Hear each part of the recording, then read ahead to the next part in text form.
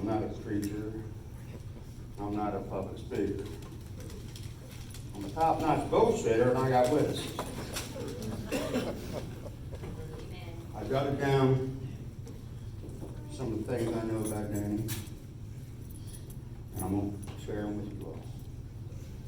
I met Danny approximately 20 years ago, and we instantly became friends.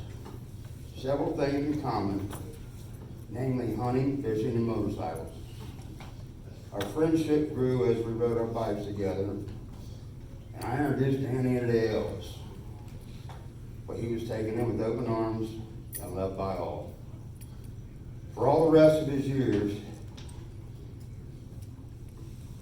we all knew that Danny was a Vietnam vet, for which he suffered in many ways,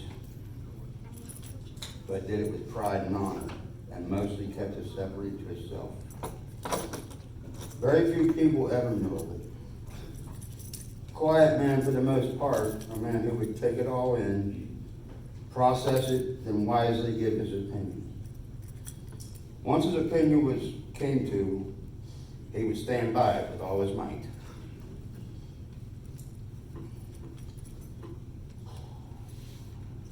A real man. I've taken several road trips with Danny through the years, out west and around the entire country twice. The first trip we ever took,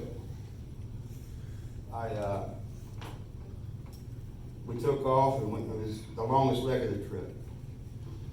So we're making our way. We had to travel pretty quick. And Danny was lagging way behind. And we literally lost sight of him over and over through that day. And at the end of that day, I took Danny aside, and talked to him privately. I said, man, am I going too fast for you? Because, we got to make this time. And Danny, he says, well, I know where we're going. And I'll just sightsee. And I said, okay. And the next 6,000 miles, Danny was right there. I never had to ask him another question, and I'll never forget that, and all I can do is look over and smile. He loved traveling as I do. He enjoyed the beauty of all we've been given, but tend to ignore. Enjoying that beauty with him has truly been a wonderful part of my life that I will treasure forever.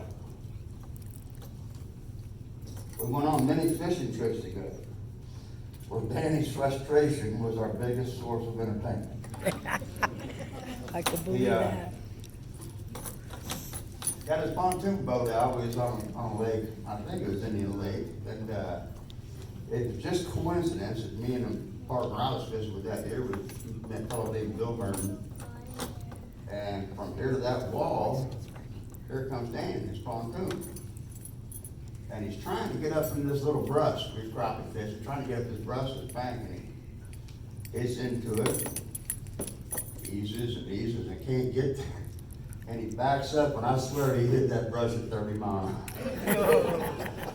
Literally took the front of his boat, threw the brush up on the bank, and I'm sitting there and I just holler over. I say, Danny, you good? And he says, I am now. That's all that matters to me, brother.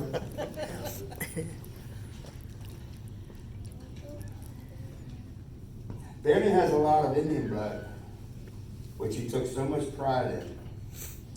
Through the years, he has taken many coats, school supplies, coats, and other needed items, and delivered them to the Dakotas, to the Indians in need. He was very, very proud of that, and so am I, and he should be.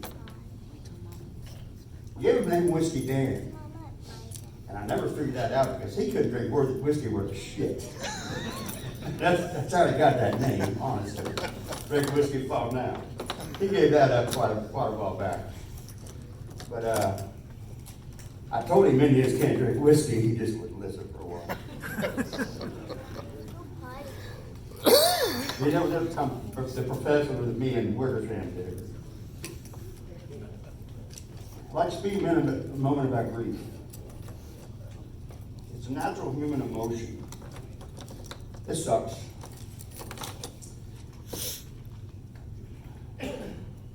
My son passed away a few years back, and as I was outside taking a break and showing extreme grief by myself, I had a cousin of mine, an elderly cousin, come up to me and take me off the side, and he said, he asked me, who the hell do you think you are?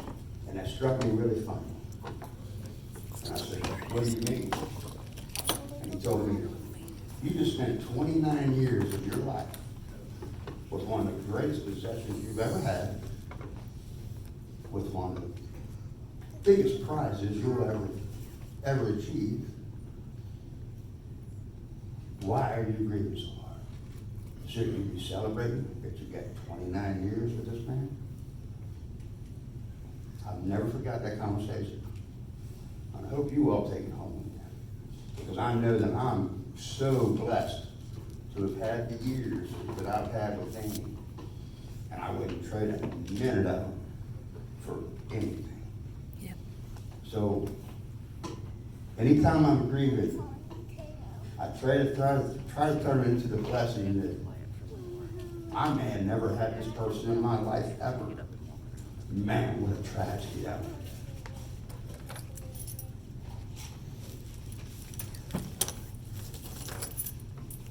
So as we grieve, please try to think about all the good times, the great memories, and how truly blessed we are to have ever had him at all. I know I am. Danny, it's been a pleasure and an honor to have had such a wonderful man to call my friend and brother. So it would be to get my friend, fly high.